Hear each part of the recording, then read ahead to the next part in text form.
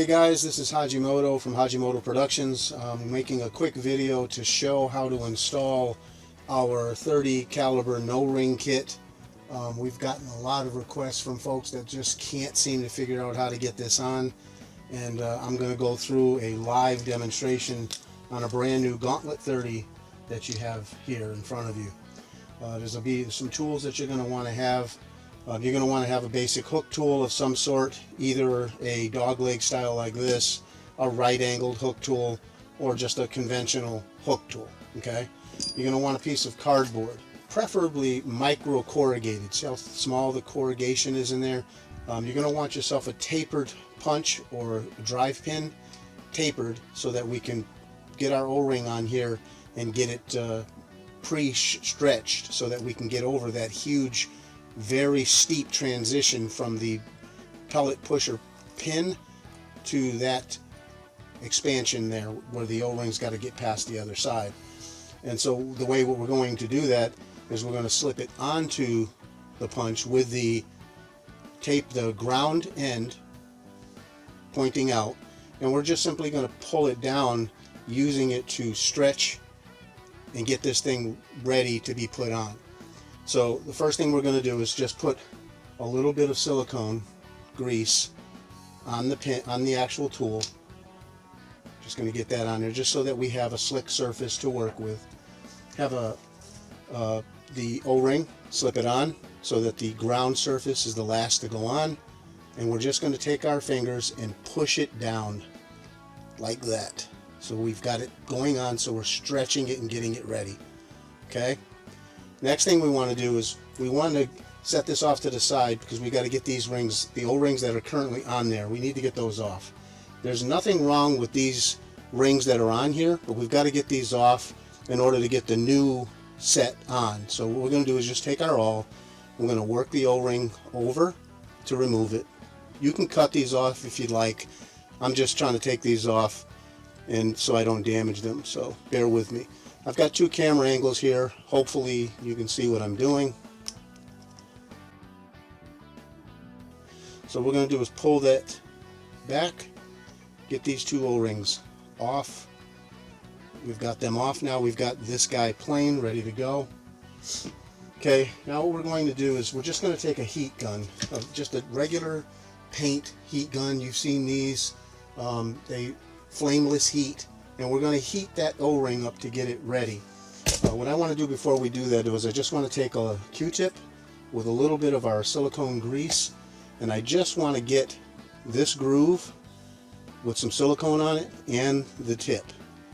Get that done. I'm going to take the cardboard that we're going to use and I'm just going to get it ready. Now remember guys, this cardboard's not going to fully install it, but it's going to help us get started.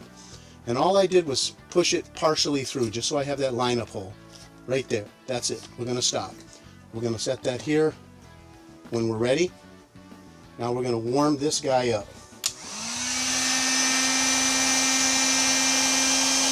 You don't want to melt it. You want it to get warm, not melt it. So don't use a propane torch.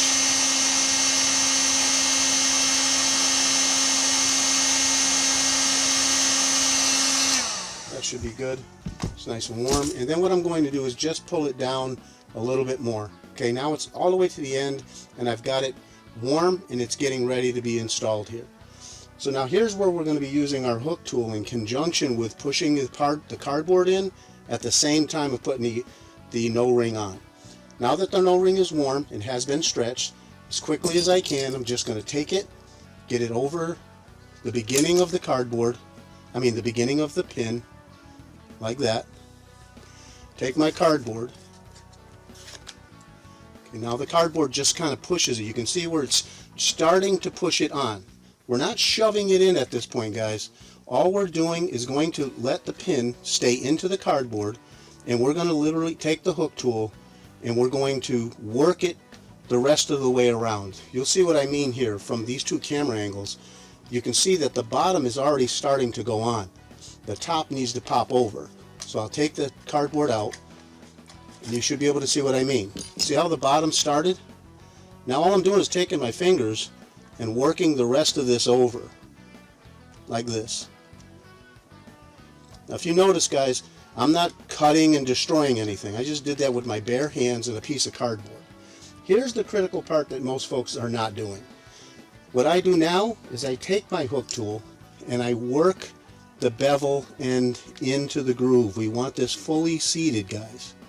We want that seated all the way around, like that, fully seated. So that bevel is in all the way, like that. Now if you can take your nail and turn the O-ring, see how I'm spinning it? We want to make sure it's fully in the groove, like this. What we're going to do now is we're going to let that sit like that for 15 minutes so it can cool down and shrink into the groove. So we'll be back in 15 minutes. Okay guys, we're back. It's been 15 minutes. This had an opportunity to cool and shrink into the groove.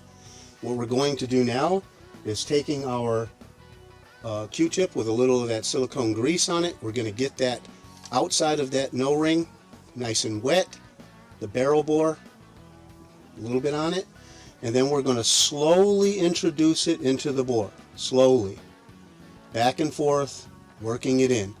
What's going to happen is you can see a little swell of material being pushed towards the rear. We want to see a little swell. If it's huge, you want to stop because it hasn't shrunk enough. You can actually see the ledge starting to form right here. What's going to happen is eventually this O-ring is going to take off a tiny piece of material off that back edge, which we're going to see happen once we fully lock it in. Like that. Then we're going to come back out, back in. See that swell? You can start seeing it form on the end. There we go. Like that. And we're going to just keep doing this like 20 times to make sure the swell comes completely towards the rear of the pellet probe.